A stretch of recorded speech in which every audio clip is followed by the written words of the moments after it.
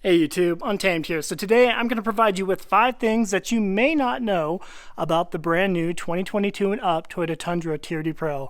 The first one is, it shares the same exact platform as this guy right here, the Toyota Sequoia, which I think a lot of people know that because they both are built out of the San Antonio plant.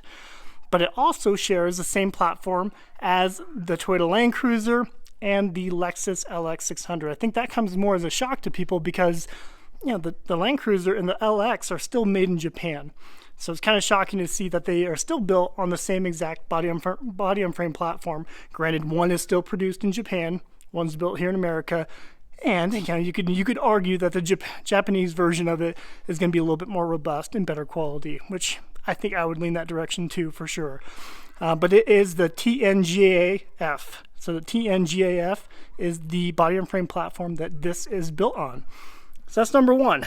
Number two is kind of a gee whiz thing, but Toyota invested over $3.1 billion into the research and development of this new generation Toyota Tundra. And comparatively to other vehicle manufacturers producing new trucks and new vehicles, that is a substantial amount, and it is much higher than the quote-unquote norm.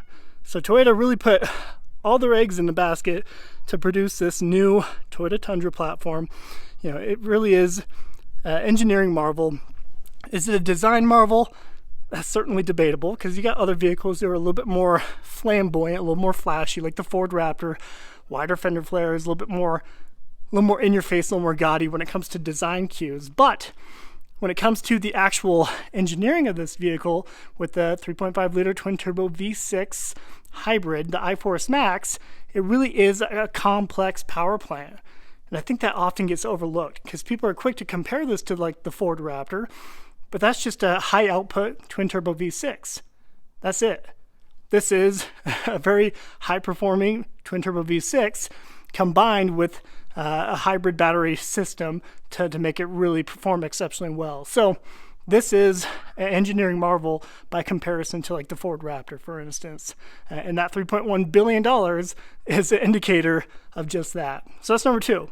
Number three is I'm going to show you a few design nuances that I think nobody takes the time to really look at with this, okay? So bear with me as I show you a few of them, okay? So one right here, look at that. Look at the arrow that we got right there. The two little fins here. We have them out back too, and I don't think a lot of people have ever noticed it, but check it out. Even in the in the plastic up top, you get another little fin, and two more down below within the actual tail light itself. So kind of a small thing. And I'll throw this up for fun too. Two other little things is, normally speaking, when it comes to the gas cap, that's kind of left separate from any kind of fender flare or fender design. But as you can see, part of that indent here is integrated within the gas cap there. And the final thing that I noticed that not a whole lot of trucks will look like this or do this. See how for the back of the bed here, it goes downward. So like kind of down and out.